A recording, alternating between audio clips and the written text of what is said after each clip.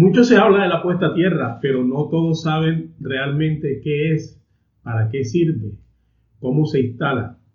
Hoy vamos a hablar sobre eso. En la parte final también te voy a contar qué hacer con el neutro, qué relación hay entre el neutro y la tierra, y voy a dar algunas recomendaciones adicionales. Yo soy el ingeniero David González y aquí hablamos de instalaciones eléctricas.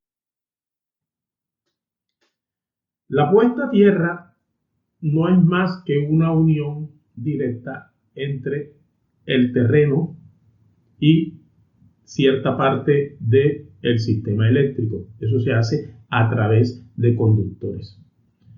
Al hacerlo, lo que estamos garantizando es que el potencial eléctrico de referencia, que es común en realidad para todo el planeta, es la Tierra, el planeta como tal, el terreno, lo estamos llevando desde el suelo, como lo decía hace un momento, hasta esa determinada parte del circuito que se ha seleccionado con este fin. Eso tiene un objetivo. Entonces, lo que tenemos que hacer ahora es hablar de cuáles son las funciones del sistema de puesta a tierra. Son varias, realmente. La más común de todas es que a través de la puesta a tierra estamos minimizando, estamos evitando sobre todo la electrocución de una persona. Aquí en la gráfica, voy a mostrarlo. Aquí en la gráfica tenemos o estamos comparando dos situaciones. Una que podría ocurrir en un caso donde no tenemos aterrizado este electrodoméstico, que parece ser una lavadora, y en la imagen al lado tenemos lo que ocurriría cuando tenemos una adecuada puesta a tierra. Resulta que por diferentes motivos que no vamos a entrar a detallar, es posible que la carcasa de un equipo o de un electrodoméstico tenga un potencial eléctrico, o sea, tenga un voltaje que no debería estar allí. Puede que se haya aflojado algún conductor internamente y esté tocando alguna parte de la carcasa. Puede que sea por lo que se conoce como inducción electromagnética o influencia. Puede que sea debido a cargas estáticas, es decir, puede haber diferentes razones. El tema es que si la superficie de ese conductor está energizada, cuando una persona entre en contacto con ella, es decir, cuando la toque, si no tiene un adecuado sistema de tierra, la corriente eléctrica va a circular a través de la persona. ¿Por qué? Porque al haber tocado ella esa parte que estaba energizada, se cumplió, digamos, la otra característica fundamental que requiere la corriente para circular, y es que el camino quedó cerrado. Va a realizarlo la corriente eléctrica a través de las personas, porque el cuerpo se comporta como un conductor eléctrico. Así que ese potencial eléctrico que tenía con relación a la tierra, al haber tocado a la persona, la corriente fluye a través de ella. En cambio, y aquí lo estoy resaltando, cuando tenemos una adecuada puesta a tierra y ocurre esa situación, la corriente no se va a ir a través de la persona, o por lo menos la inmensa mayoría de esa corriente eléctrica no se va a ir a través de la persona, sino que se va a través del camino del sistema de tierra, de la puesta a tierra. ¿Por qué? Muy sencillo. Hay un concepto básico de los circuitos eléctricos que se conoce como el divisor de corriente. Entonces, la energía siempre, e independientemente de la forma en que se encuentra, la energía siempre busca el camino más sencillo.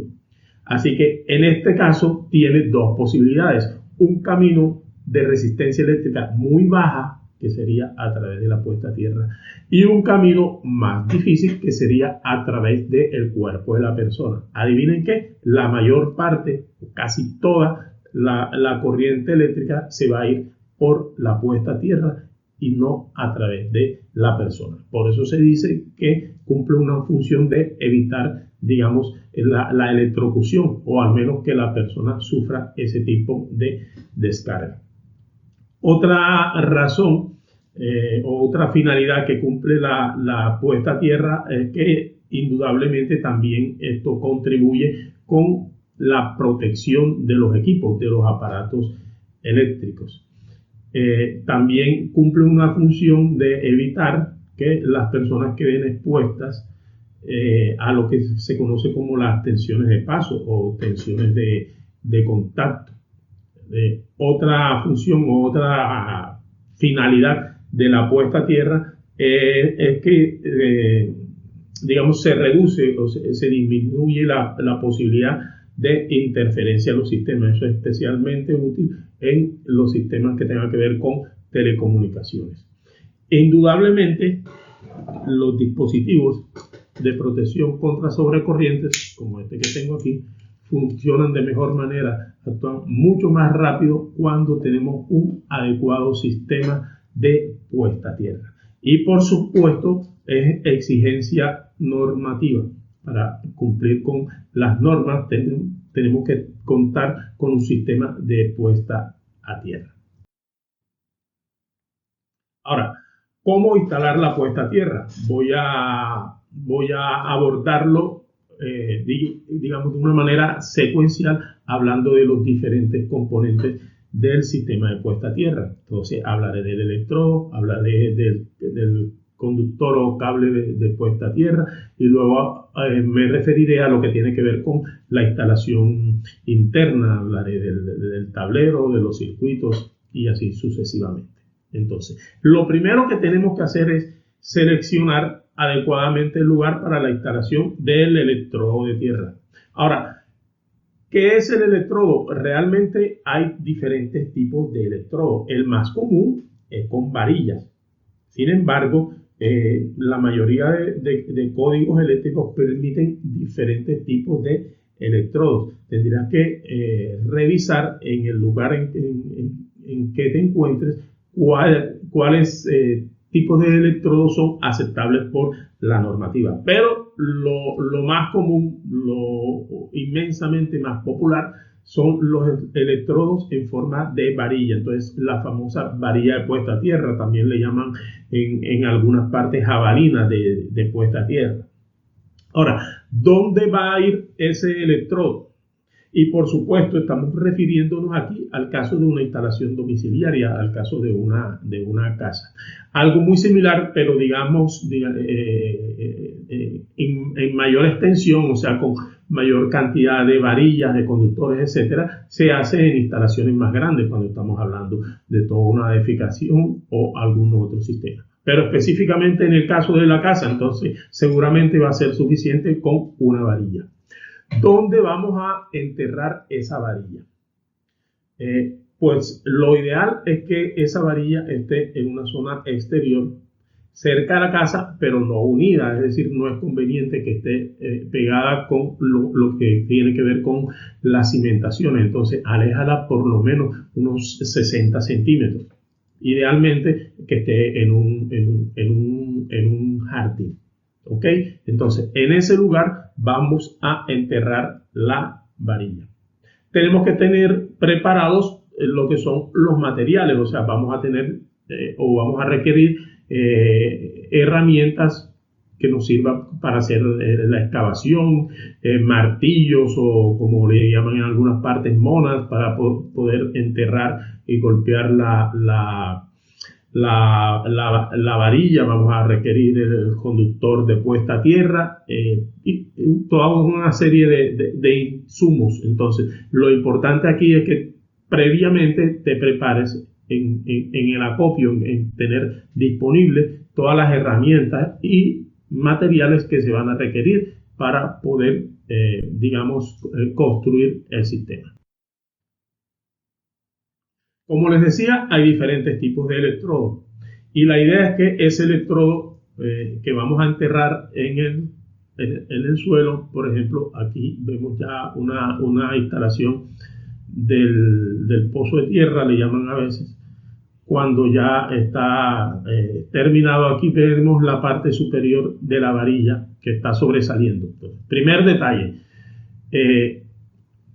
Realmente, si miráramos la superficie como tal, la varilla queda por debajo de la superficie. Lo que pasa es que la reglamentación dice que debe quedar en un registro de inspección para poder revisar y para poder hacer mantenimiento posteriormente. Entonces, ella está por debajo de la superficie, pero a su vez está por encima de lo que sería el suelo, ya en la parte que tiene que ver con el registro de inspección. La varilla va a estar unida al conductor o cable de tierra que viene desde el tablero de distribución. Ese conductor va a estar unido a la varilla, bien sea a través de conectores certificados. Aquí tenemos una imagen en donde aparece un conector de ese tipo. Ahí la estoy resaltando con el señalador. Pero también en muchas instalaciones esa unión se hace a través de lo que se llama soldadura exotérmica. Aquí estoy mostrando una unión realizada a través de soldadura. En el caso de soldadura se requiere toda una serie de elementos. Aquí tengo varios de ellos en la imagen. Se requieren unos moldes. Existen diferentes tipos de moldes. Moldes para unión varilla-cable, cable-cable, en fin. Existen diferentes tipos de moldes y la soldadura como tal es, digamos, una pólvora que vienen generalmente en unos tarritos. Entonces, el procedimiento, dependiendo de la situación y de la exigencia, se puede hacer con soldadura exotérmica o con conectores certificados. En el caso de una casa, lo más probable es que va a hacer la unión a través de los conectores. Como les decía, tiene que quedar un pozo de inspección, un registro de inspección. Ese registro puede ser cuadrado, puede ser circular. La medida mínima recomendable es de 30 centímetros, 30 por 30 a un cuadrado, en el caso de que se tenga esa forma.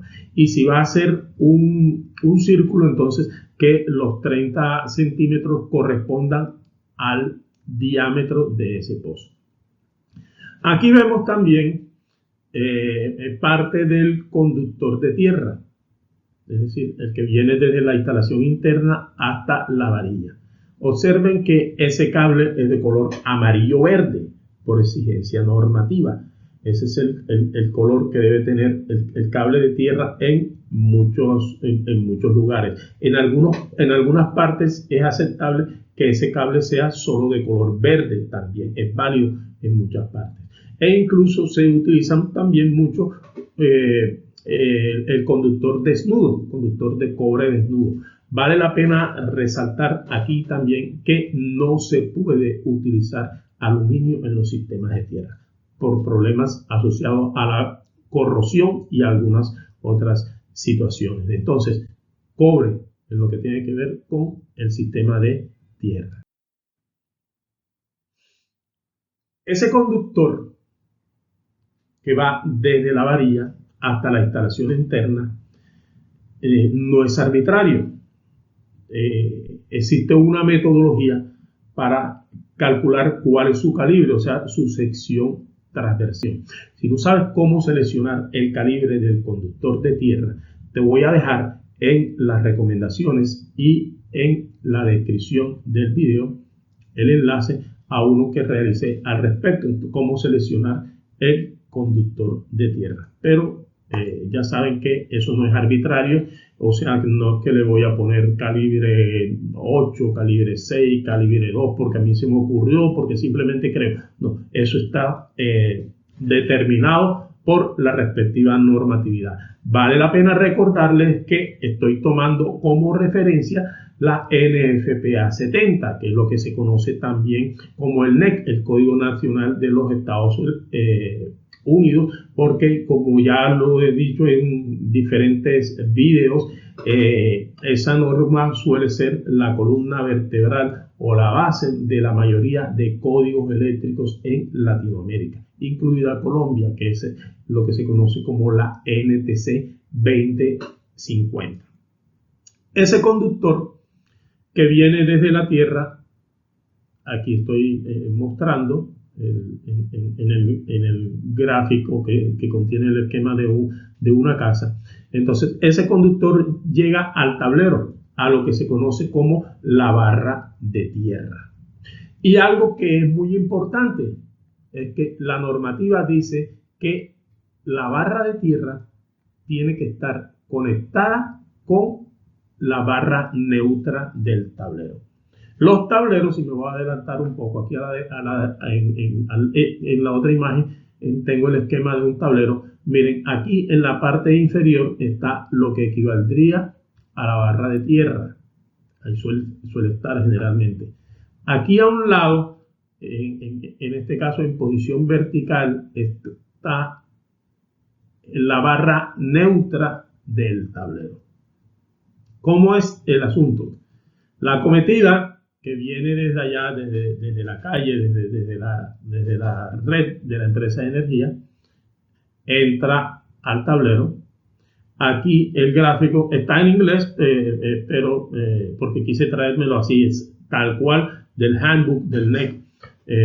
Sin embargo, les voy a ir diciendo para quien no esté muy familiarizado con el inglés, qué quiere decir cada uno. Entonces, aquí le están señalando especialmente el neutro de la acometida. Y dice que está aterrizado, porque efectivamente el neutro, y me voy ahora a la otra gráfica, el neutro está conectado a tierra acá afuera, en el respectivo transformador, del cual está tomado el servicio de nuestra casa. Miren que aquí le están mostrando la conexión a tierra. Este es un gráfico tomado también directamente de una normativa de lo que se conoce como el RETI, el Reglamento Técnico de Instalaciones Eléctricas de Colombia, pero eso es válido para todo lo que tenga como referencia la NFPA 70. Entonces, tenemos la puesta a tierra acá en el transformador, el neutro del transformador, y por lo tanto que llegará a nuestra instalación está aterrizado, se dice, está conectado a tierra. Sin embargo, aquí en el tablero hay que conectar lo que es nuestra puesta a tierra con el neutro. Es decir, tenemos que tener lo que se conoce también como un puente equipotencial, así lo llaman. Mírenlo acá en la otra gráfica donde se lo están mostrando. A través de este conductor le están mostrando el puente equipotencial entre la tierra y el neutro. Miren que aquí está a su vez la conexión al electrodo de tierra de nuestra instalación. O sea que todo esto realmente está conectado a tierra. Aquí le están mostrando también otra conexión a tierra, pero porque están partiendo de la base de que esta acometida viene por un ducto metálico. Entonces, si el ducto es metálico, ese componente metálico, que en este caso sería el adaptador terminal, lo que le llaman el bushing, también debería estar conectado a tierra. Entonces, ese es ese puente que están mostrándoles acá. Ok, si la tubería es PVC, entonces no se requiere este puente de aquí.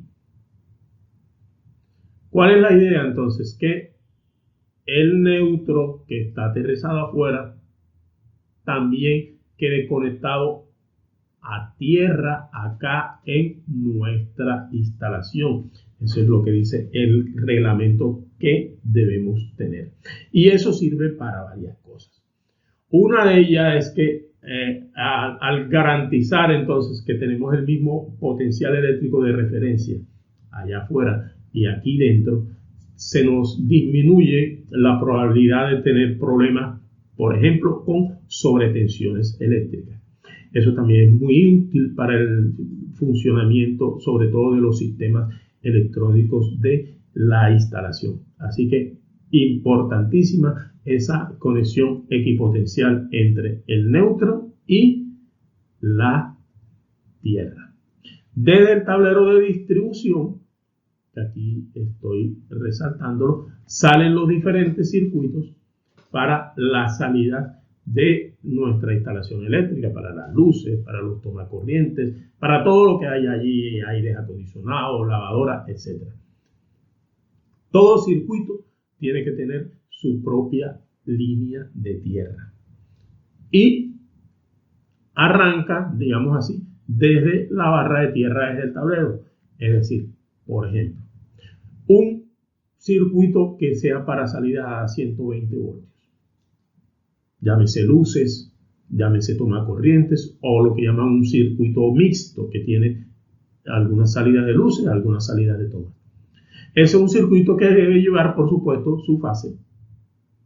También debe llevar su conductor neutro y también tiene que llevar su línea de tierra. Las líneas de tierra, por ejemplo, en los tomacorrientes, van conectadas aquí en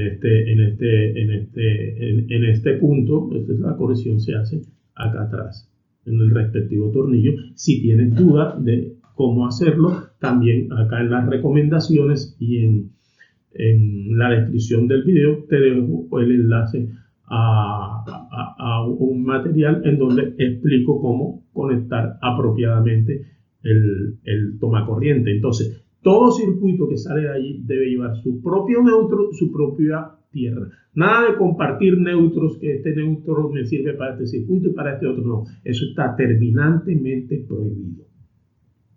Cada circuito lleva su neutro y cada circuito lleva su línea de tierra. Nada que es que yo saqué unas poquitas líneas de tierra y de ahí la usé para este circuito, para este otro, para este. No, señor, eso está prohibido.